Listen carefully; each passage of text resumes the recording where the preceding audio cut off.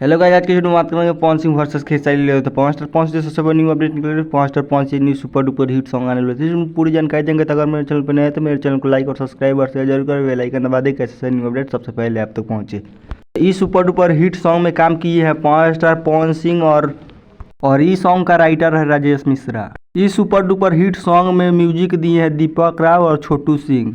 इस super duper hit song का नाम है रोएले रघुरा। ये सॉन्ग बहुत ज़्यादा सुपर डुपर हिट और पारिवारिक होने वाला है।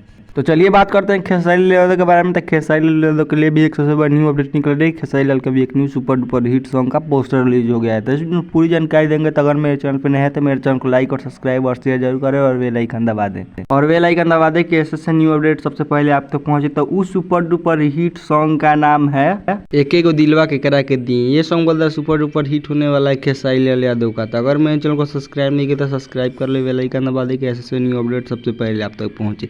और आप लोग कमेंट में जरूर बताइए कि ये वीडियो आप लोगों को कैसा लगा था। चलिए मिलते हैं न्यू अगले अपडेट के साथ, तब तक कितना ही।